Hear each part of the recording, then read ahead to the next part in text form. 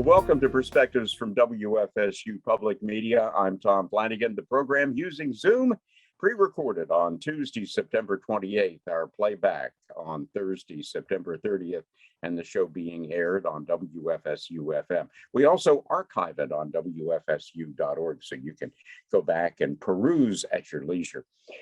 Here are some fun facts for you. The Apalachicola is Florida's largest river. It extends more than 100 miles within the state's borders. Its drainage basin, gets this, covers approximately 19,500 square miles. And that basin is also widely considered among the most biologically diverse regions in the country. Now, every year, an intrepid group of paddlers under the auspices of Apalachicola Riverkeeper embark on a voyage down the mighty Apalachicola. And the purpose of the whole trip is primarily educational in nature. It calls attention to the importance of this water course to the entire region, and also it helps raise the funds that keep the Riverkeeper functioning and advocating for the Apalachicola, as well as all the people who depend on it for a living and recreation and the entire ecological balance of the region. So let's introduce our panel. We're going to do some river talk here today on Perspectives. First, we say hi to the Riverkeeper of the Apalachicola, Georgia Ackerman, who in full disclosure is also a member of our community council for WFSU Public Media. So we get to see this great lady a lot. Georgia, wonderful to have you on board once again. Thanks, Tom. I'm always excited to be here and reach out to the community and talk about the amazing river and these really cool group of people that are going to live out of their kayaks for a few days and have a lot of fun and raise a lot of money. It is an adventure for sure. And another adventurer is Martha Haynes.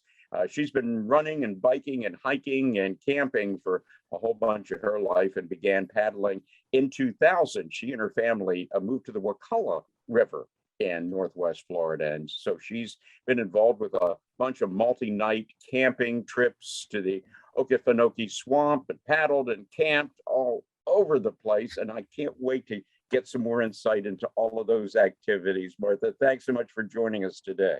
Thank you, Tom.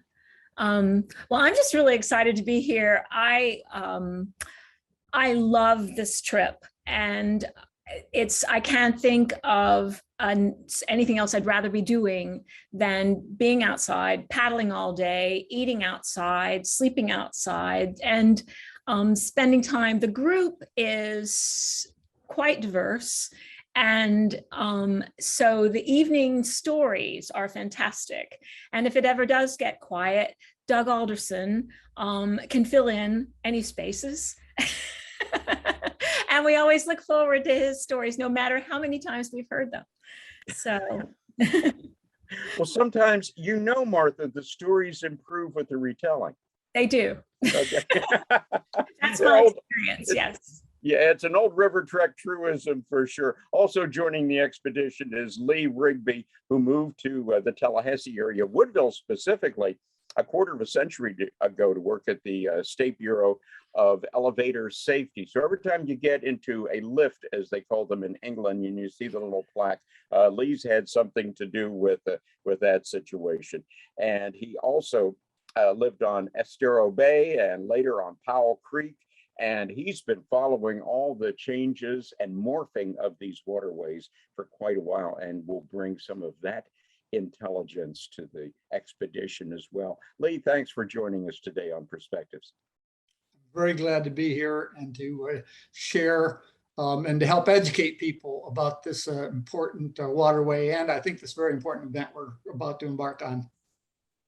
Well, I think you're going to have some help in that educational realm, Lee, because our own Rob Diaz de Villegas from WFSU Public Media is also going to be part of the River Trek this particular year. Rob, you have the ecology blog. You are kind of our go-to guy when it comes to environmental considerations around the station, because I can't tell you how many times when we have our daily newsroom meetings and something comes up that has to do with the flora, the fauna, the way all of these types of things interact in our area. Your name rises to the top of the cream pitcher and goes, you know, we got to talk to Rob about this. I think he had an ecology blog on this recently. So, well, welcome aboard. You looking forward to this? Thanks, Tom. Yes, I am. This is my first full river trek in 9 years since the first one I went on. So I'm looking forward to getting out there and covering the entirety of the river, which is always a really fun story to put together after years of covering sort of everything all around it. Looking forward to it. And you'll be doing that documentation there with video and audio, and also what happens to that probably hundreds, if not thousands, of hours of stuff that you're going to have, that content as we come off of the river trek. What happens to that? It gets put in a hard drive, and I kind of spend a lot of time going through it. That's kind of the fun part. It's kind of also the big challenge, because we're gonna have different speakers. I'm going to be talking to a lot of river trekkers, so there's a lot of audio to go along with a lot of the sights and the adventures. But you kind of build around those times we get off the river, or some of the highlights we see from the river. Those are our little adventures that we have, and those are sort of the tent poles for the video. And we start building there when we get off into a Tupelo swamp, or we go into the floodplain forest looking for springs or creeks or whatever else. And it is a bit of work, and it ends up being more than one video often. The first one I think was a good 15 minutes, which it's 2 segments, really condensed down to make it kind of fly for people. But we'll see how this year goes. And we'll also be letting folks know how to access that content once it's all assembled, so people can go along on this year's river trek in a certainly, I think, more realistic fashion than otherwise they might if they did not participate in the actual event itself. George Ackerman, talk about the genesis of River Trek. How did this entire expedition on an annual basis get started under Riverkeeper? So River Trek is an opportunity for folks to learn via experience. It's a wilderness immersion trip, if you will. We believe the best way to learn about a river is to spend time in and on the river. I'm really just stalling for time to remember what year the first River Trek was, because it's been well over 10 years now. 2007, I think. Thank you. That works for me, Rob.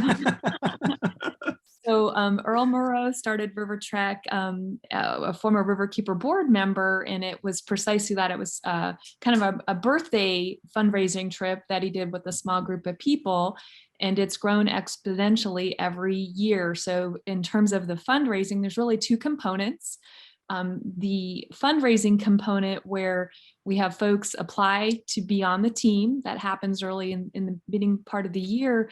And once the team is selected, they spend several months campaigning and raising awareness in their respective communities and doing fun things. Obviously, the pandemic has shifted how we do some of our outreach events. Many of them have become virtual and small type get-togethers, but people like Martha and Lee are out talking to neighbors and coworkers and family members, and they're saying, hey, I'm going to go kayak the entirety of the Apalachicola River. And by the way, it's Florida's largest river in volume of flow. And by the way, it's part of Florida's largest floodplain. And by the way, the river supports the health of the bay, which in turn supports the health of the Gulf. And they do this in a really fun, enthusiastic way. And then they say, we'd really like you to help support this financially and donate to Apalachicola Riverkeeper. So these dynamic volunteers are raising funds for our outreach, education, advocacy programs. And then come October 6th, they won't talk about fundraising a moment more. They will get in their kayaks loaded to the gills with their gear, everything that they need to live on the river for 5 days, and they'll embark in Chattahoochee and paddle all the way to the bridge where the river meets the bay at the mouth of the Apalachicola Bay. And they'll meet with various historians and biologists. They'll be spending time with me talking about Slough Restoration projects. We have a lot of spontaneous experiences and so many windows of opportunity for really fun learning. So as you can guess from my perspective, it's one of the best parts of my job. I'll run motor support boat for them. So I get to check in with them and run around with the motorboat and see how things are going, and then have dinner with them every evening. And so it's just a really wonderful way to spend a few days and really connect with this amazing river system. It's also fascinating to me, the diversity of people that take part in the annual river trek. Now, Martha Haynes, I have, and thank you, Doug Alderson, for the background information on that. You have some extensive paddling experience, even in the marine realm. You have been out there, you know, battling tidal flows and pretty heavy wave action off the coast of Georgia specifically. Is it a little maybe too tame when you get into the Apalachicola? You don't have a lot of wave action there typically.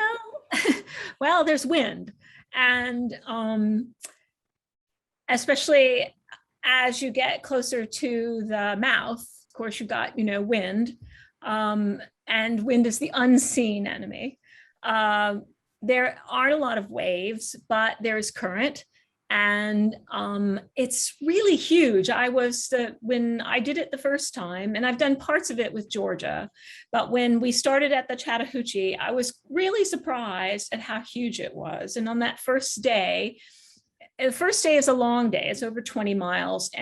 But near late afternoon, you come around a corner and the bluffs are there, and you feel like you're in another state. I mean, it's like so amazing. And so it's like around every corner, there's something new. And then of course there's Snake Night. I don't know if Georgia might want to talk about Snake Night. That's my least favorite part, but my children were impressed that I was able to not run away. Georgia, you're going to talk about Snake Night? I don't want to reveal too much, because really river trek, we usually say what happens on the river stays on the river. What about Rob? Not this year. Now that you've let the snake out of the bag, so to speak, we really have some incredible folks that come out to meet with the paddlers and discuss their experiences. And one of them is Pearson Hill with FWC and Ken Sashhill. They will have a show and tell night when we get to Stephanolga, and we'll have dinner there. And so they come out and talk about the diversity of reptiles and amphibians in the Apalachicola River Basin.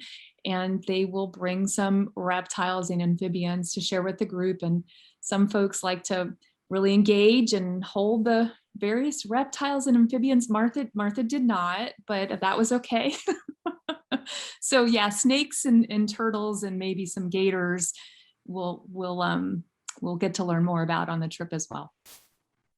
Yeah, hopefully up close and personal, but not too up close and personal.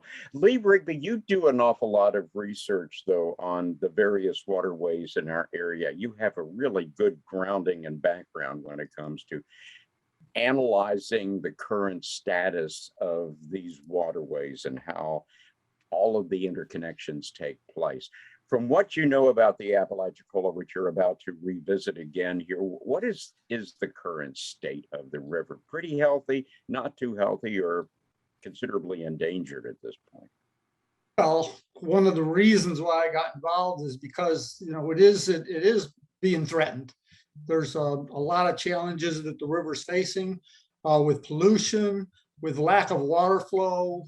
You know, it's just, it's really, in my mind, a sad state of affairs. I was on the first river trek I went on was 2 years ago. I'm doing this one again, just primarily because it's my 70th and this year. And I wanted to get back in and do a little more for the river. And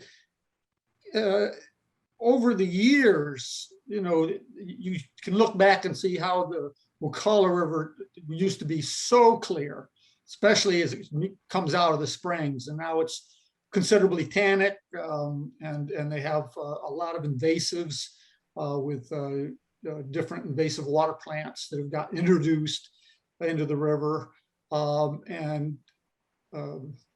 So there's a lot of things going on that really need to be addressed, and the Riverkeeper is playing a very, very active role in the support of trying to keep the river healthy, and that's really why I'm involved.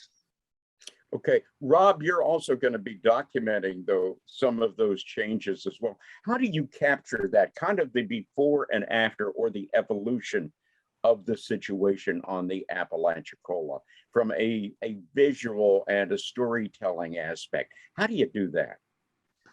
It's a hard thing to see. When you're out there, everything looks healthy. You kayak into a Tupelo swamp, it looks really amazing. It's a lot of the changes have happened since in the decades prior to my ever having been out there. It's just in talking to people. The first year I went on River Trek, we had Helen Light, USGS researcher who for decades had done sampling work in Tupelo swamps along the Apalachicola River, and had determined that over the years, due to the kind of the flow regimes coming from the Woodruff Dam, that about 40% of the floodplain forest had thinned, and we'd lost like 4 million trees there. And it's something you won't see necessarily in a kayak necessarily, but I think it's, to me, it's just something you learn from interviews with people who have been looking at this over the years. And a lot of anecdotal evidence too, from people like Shannon Hartsfield, oysterman, who was talking about sort of the clarity of the river changing over time because the dam's holding sediments back, and how he used to not be able to see his hand in the water when he was deadhead logging. That was an interview we did recently. So people have these stories, and it's much further before I was ever out there anyway. Yeah, and following it all through, Georgia Ackerman, as Riverkeeper, and your involvement in that aspect there, you have seen these changes as well. Yeah, one of the things I'm most eager to show the team this year and help Rob slog through some fun mud and not drop those really nice, expensive cameras in the water. He's very careful with all that stuff. It always makes me really nervous, but he handles it well. But I digress, as always. The Slough Restoration project that we undertook, a multi-year project where we'll be restoring 3 of the sloughs along the lower river. And sloughs are creek, think of them as creeks or streams, but they're waterways that connect and move water from the floodplain out into the river. And they during times of low flow, we've got quite a few sloughs that are choked up with sediment that was deposited primarily by the U.S. Army Corps of Engineers. We had decades of dredging happening on our river, which stopped in the early 2000s. And so what happens is we want that water to move in and out of the floodplain and do its job, and we don't want it choked up. So this particular project, we're removing sediment and debris to restore that natural connectivity. It's really exciting. So we'll be able to show the team, we've got Douglas Slough and Spiders Cut and East River. Those are the 3 sites, and Rob's spent some time out on East River already. And so you can really, it's one thing to talk about it and look at pictures of it. It's something completely different when you pull your boat up and walk through the mud and climb over the trees and really experience the site. So we'll be doing some of that on the trip as well.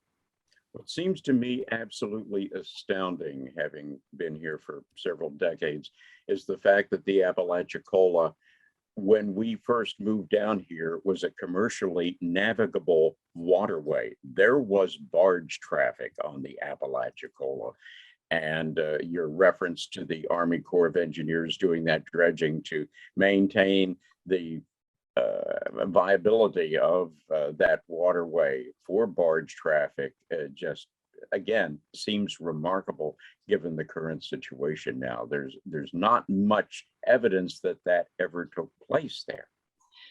To the eye, there isn't. To the scientist and researcher, there is. And the impacts of decades in dredging is something that we're continuing to deal with. And so whenever you take a natural system like a river and impose changes to it and try to make it do what you want it to do, so humans have done this for many years, there will be impacts, and that's what we're seeing.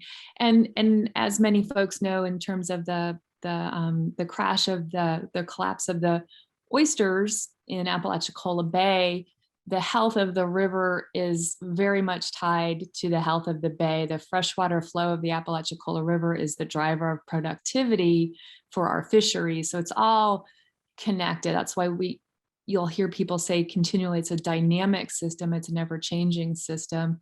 The good news is we're seeing some signs of recovery in the bay, and that's positive. We continue to have challenges with how water is managed from upstream because that water is coming from the Chattahoochee River, and we've got reservoirs that the dam oversees. Excuse me, that we've got reservoirs that the Army Corps oversees. So how those dams are releasing water. And then of course, for us, the most well-known for folks is the Woodruff Dam in Chattahoochee. Well, that's going to be part and parcel of that entire trek that is going to be taking place. And Martha Haynes, why don't you talk about what the trek actually entails, from where to where, and give us a little taste of what the trekkers can expect along the way. Oh, well, it's from Chattahoochee down to Apalachicola. 5 days of paddling, 4 nights of camping, variety of scenery and speakers, as Georgia mentioned. When you were just talking, I wanted to mention one of the things that really struck me last year was we were at a Stiffinolga boat landing, and 2 local women, I think they might have been walking their dogs or something, or had been in a boat or something, came up to Georgia to thank her for everything that the Riverkeeper had done to help the river, that they lived there for generations, and that they had seen changes that they didn't like, but now they felt like the river was in good hands. And it was just so touching to see real people. It wasn't scientists, it didn't matter who they voted for. They weren't necessarily liberal ecologists. They cared about that river, and they took the time, although there was no hugging allowed, but to thank Georgia. And I think we all owe Georgia huge thanks for everything she does for this river. Hear on that. So Apalachicola Riverkeeper is a team sport, we like to say, and we're one of 14 waterkeeper organizations across the state. So each of us as waterkeepers, years ago when I was a volunteer with Riverkeeper, and a very short story eventually ended up on staff, but I explained to my young adult kids that riverkeepers are kind of like Loraxes for waterways, right? We speak up, we advocate. Sometimes people like what we say, sometimes people listen to us, sometimes people don't and argue with us. So, and everything in between. But for the Apalachicola River, people recognize its significance, its importance, and people continually connect over the beauty of this river. And we always joke, we challenge people not to fall in love with it. If it's a new experience for them and they've not been out on the river or hiked through the floodplain or spent any time with it, I like to say, well, I challenge you, try not to fall in love with this place. And that's one of the reasons. So River Trek donations support multiple outreach and education programs at Apalachicola River. So for example, our eco outings, Doug Alderson just ran a trip on Owl Creek on the weekend. So we invite folks to come out, come have fun with us, come explore a part of the river that maybe you've not seen before. And so they're beginner friendly. And so this is a really successful program. And so that's something that River Trek funding dollars help support. And that's just one of multiple programs. So it's all good. And we're fortunate to have a really dynamic board and volunteers and staff that really care about this place. So River Trek energizes us every year. Well, Lee Rigby, let's hand off to you here. What's your favorite Apalachicola trek tale, if you will? Well, Georgia just mentioned Owl Creek, and I do have to say that I was just absolutely awed by that place. It is just absolutely gorgeous going up Owl Creek. The trees that grow right out of the river. It's just absolutely amazing. And to follow up on another thing that Georgia said, she did say, that when we're on this trek, we're in and on the river.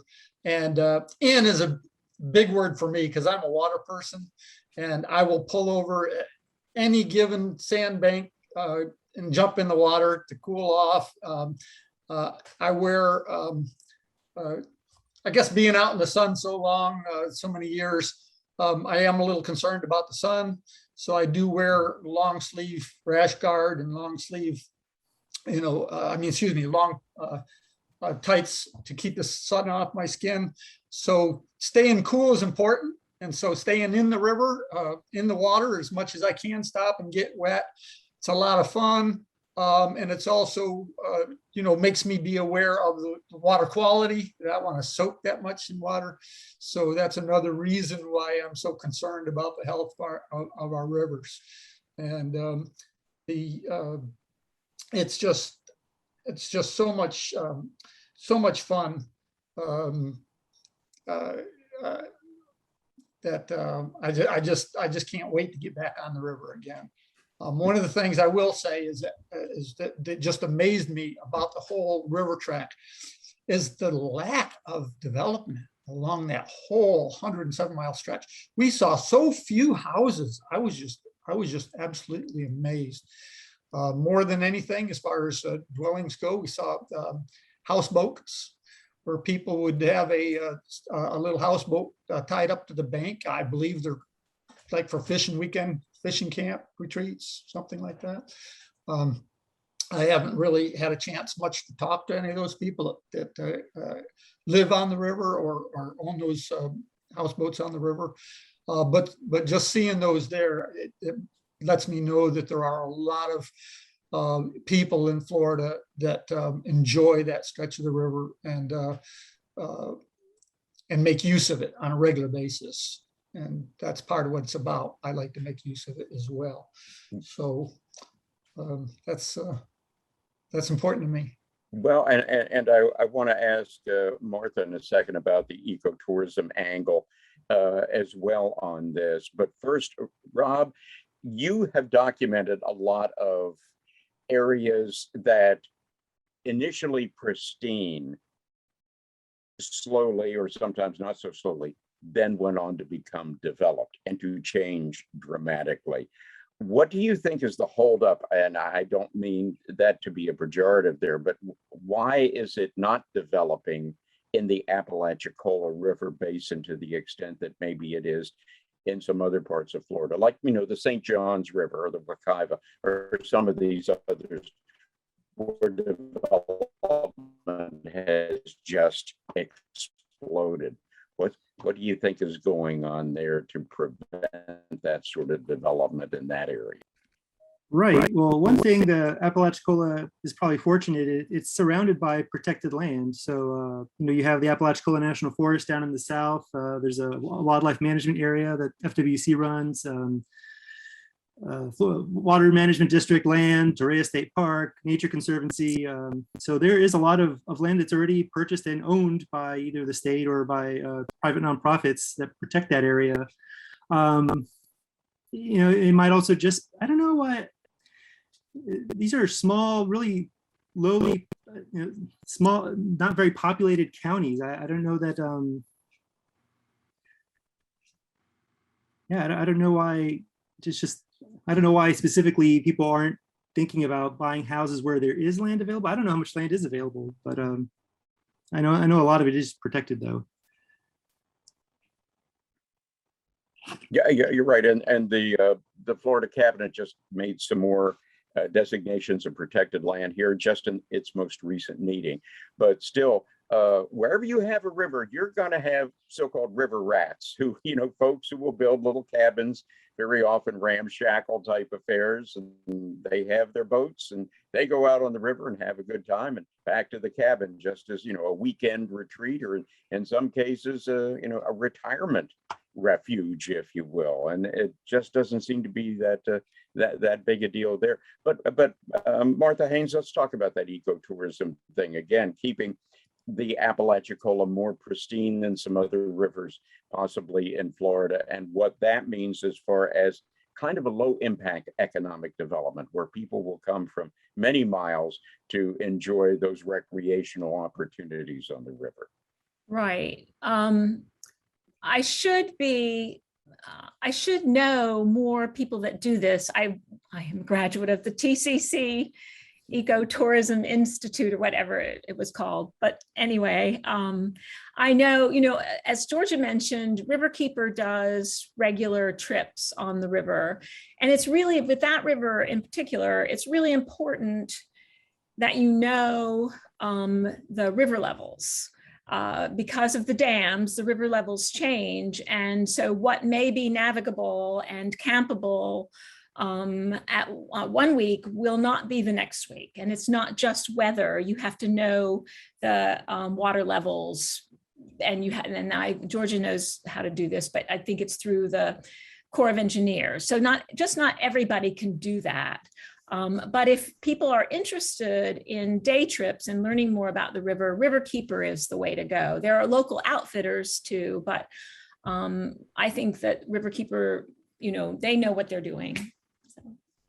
How does that work, Georgia? If someone has an interest, maybe a couple of families get together, they want to do some kayaking on the Apalachicola and they're coming from, I don't know, Georgia, Alabama, maybe even beyond there, and they want to do maybe an overnight. Do they contact the Riverkeeper, just go online for the latest report on what the water levels are and the weather and all that? How does that function? Yeah, great question, Tom. And it's something that we field questions on routinely. In fact, Susan Mackin, our administrative director last week, was like, somebody just called and wanted to know how to contact the Corps. So we'll get emails and phone calls regarding where's the best place to camp, where can I refuel my water, all kinds of good stuff like that. And typically I'll send folks, if, on an email request, I will send them right to our website. It's of course, apalachicolariverkeeper.org, and the Blue Way trail map is there. And so there's a trail data and map book that has so much information in it. All the different stops along the way, points of interest, emergency numbers, what river level should I be looking for if I want to make sure that there are sandbars, county parks along the way. It's just jam-packed full of information. We are certainly always happy to, answer questions and follow up with folks. I'll be checking in with the Army Corps of Engineer at the end of the week to find out what's their 10-day forecast. Do we have any big anticipated releases coming out of Woodruff? Because I sure don't want river levels to come up in the middle of the night or things like that. So those are all the things that we plan for. That being said, October typically is a month of lower flows. October starts to dry out a little bit in September and then October, which is why River Trek is this time of year. That being said, we had Hurricane Michael a couple years ago. Last year's trip we had, the storms have been, I can't keep track of the names. I have to go back and look. Martha or Lee might recall. We had a tropical storm come through and cut one of the trips in half. So we did it in segments. This is an adaptable group and they understand that none of us controls what Mother Nature is going to give us for that week in October. But I feel like I should whisper it, but the forecast looks really terrific, right? Right. We're all crossing our fingers. Right now, things look really wonderful.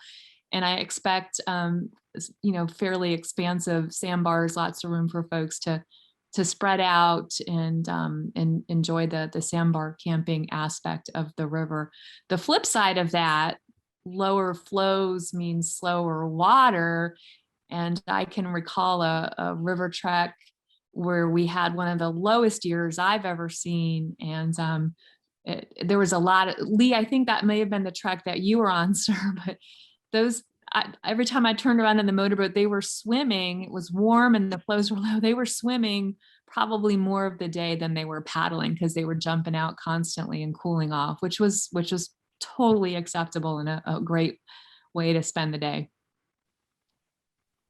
It sounds like fun because that is where you have to do your camping, is on those sandbars, and you sure don't want a sudden, shall we say, flash flood to come along and disrupt everything. But that's the good thing also about having the Woodruff Dam up there as a moderator for those river levels there. Rob, what about bugs? I know a lot of people would be concerned about that. Is that a problem this time of year? I would imagine in the spring and summer it's pretty onerous, but how about now?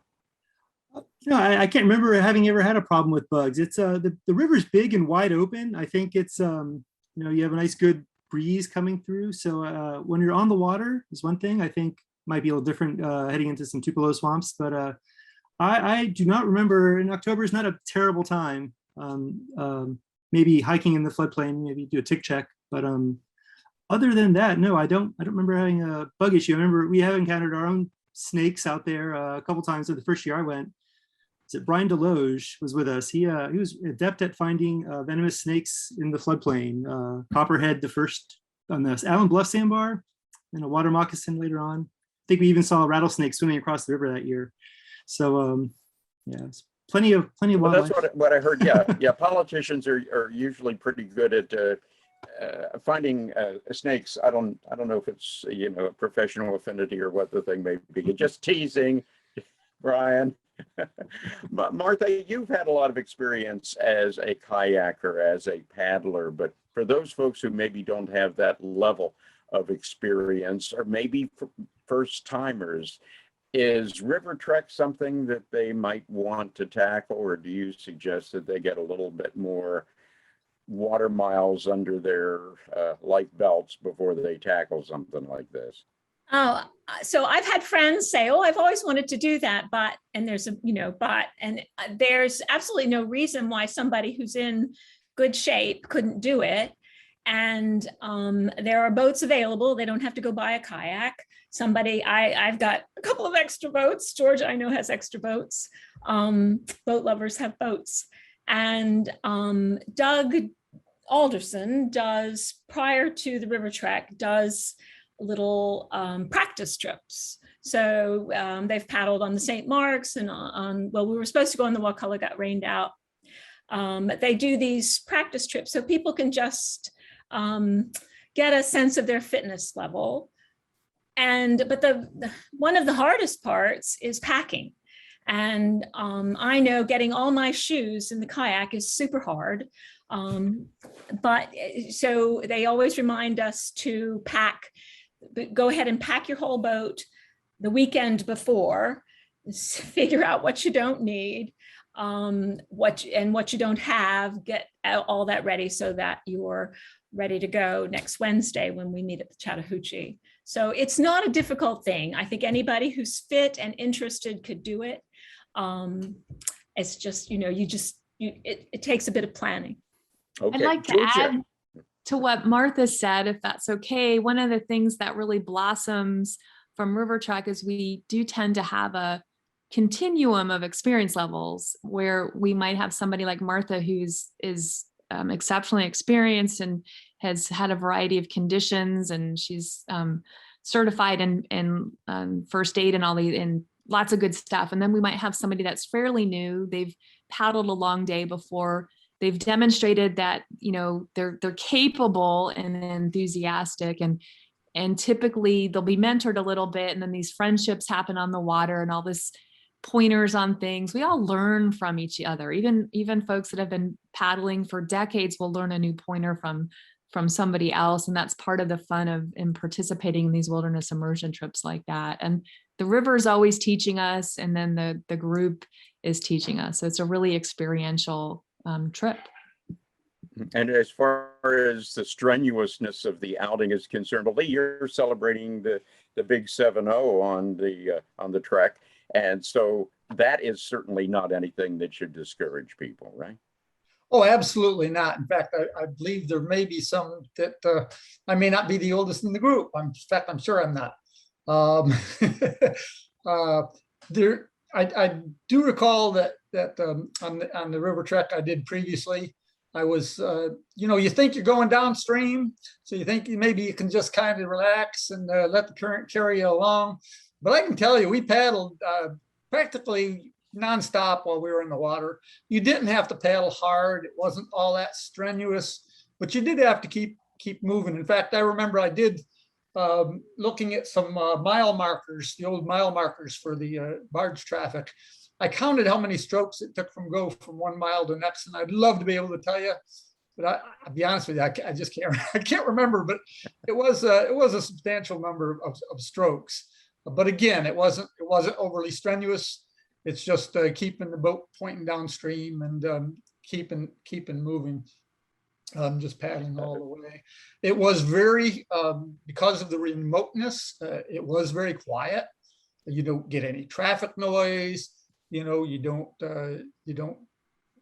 it's very peaceful, very quiet. We do see a lot of wildlife, ospreys and different animals on the banks, and no cell service to speak of. Although I will interject one story here, because it was mentioned that we stop fundraising when we go on the trek, but when we got to down by Bluntstown, we had a short stop, and while we were there, I noticed my cell phone was vibrating, and I wasn't going to take any calls on this trip at all. But I decided, since we were already on shore, I'd just go ahead and answer it. And somebody asked me an elevator code question, because that's what I typically do to help people all over the state and country with elevator issues. And so he started asking a question. I said, stop. I said, I'm on a track. I'm not answering any questions. However, this is a fundraiser. So if you want to go ahead and ask your question, I'll answer it, as long as you promise to send a donation in to the Apalachicola Riverkeepers. And he did, and I did, and that was fun, and it was worked out good for everybody. That is a great idea. I'm going to have to remember that. You can hold some answers hostage until they make a donation to Apalachicola Riverkeeper. Rob, since you have already done a lot of videography in that area, and I know how much people love wildlife, I imagine that's going to constitute a huge part of your total content shoot, if you will, when you're out there on the river. Yeah, well, I'll be looking for it. It's interesting when you're in a large group of paddlers. Sometimes, you'll see like a great blue heron off in the distance, and you get closer to it, and it sees this group of kayaks coming, and it flies away.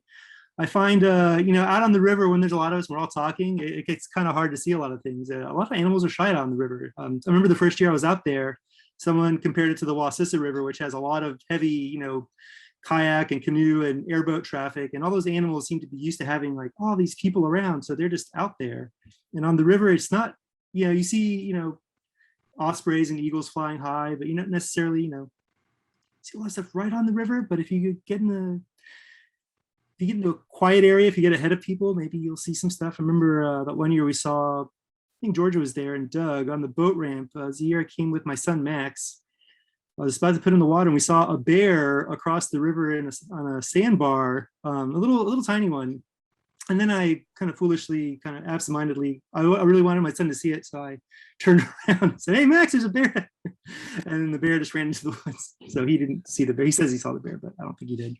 But yeah, it's all about sort of keeping quiet. And I know the lead paddler sometimes will tell stories of like, I saw some turkeys up in the forest, But yeah, I'll be looking for it. It's as opportunities present themselves, and the snakes, of course. Yeah. Stick with Cameron Barton. Cameron Barton's very good at finding, spotting wildlife. So I'll tell her.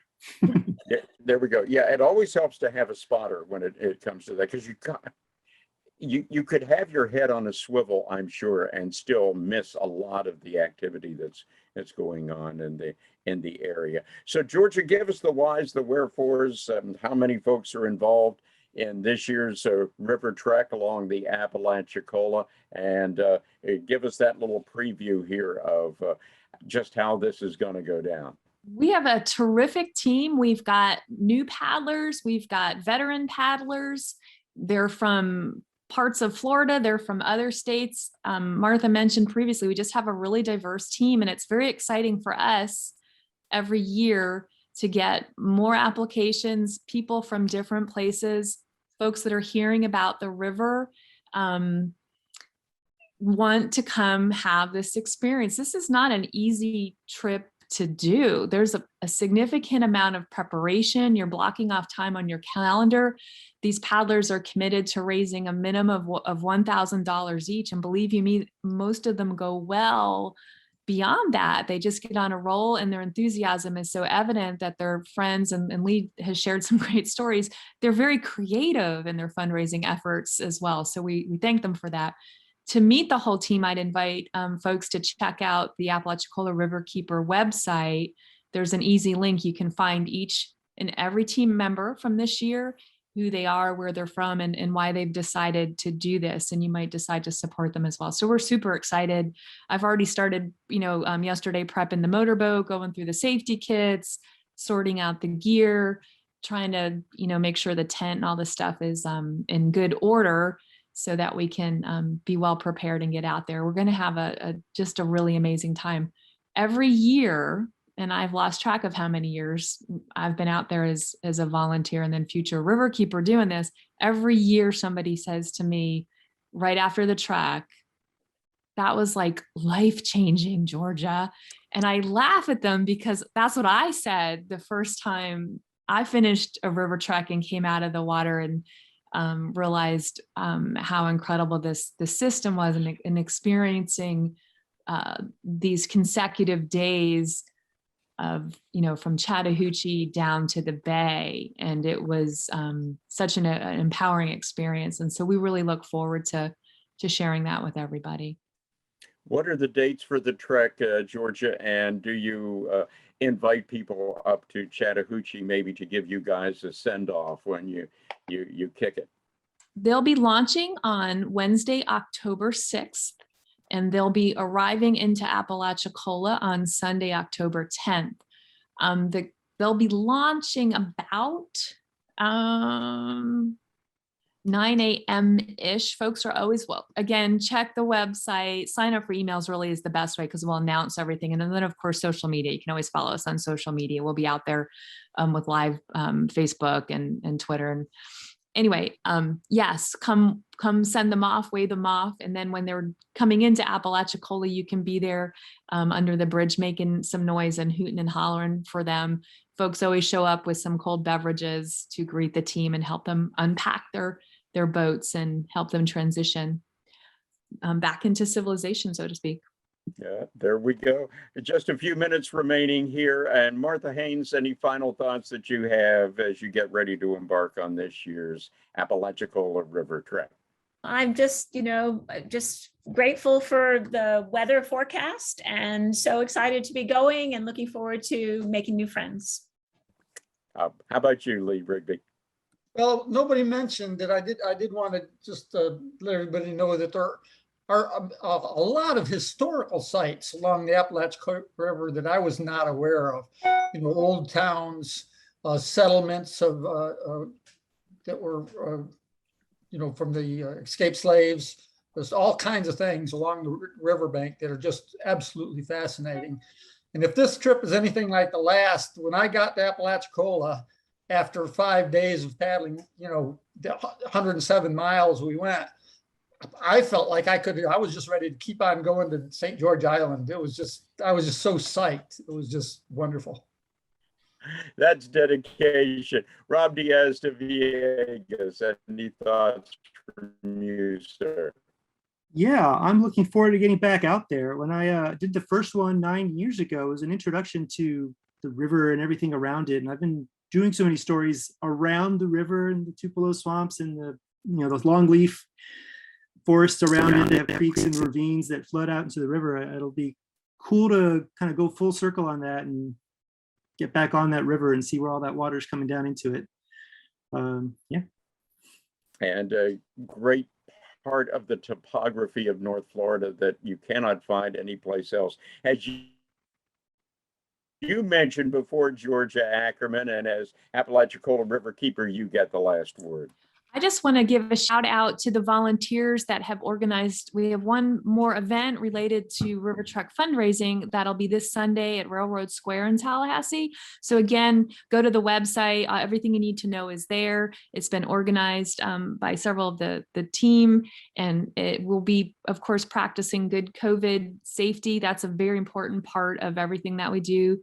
Keeping everybody safe and having fun is part of our commitment to doing our job well. So thank you to this dynamic team and everybody that has already contributed and made it possible.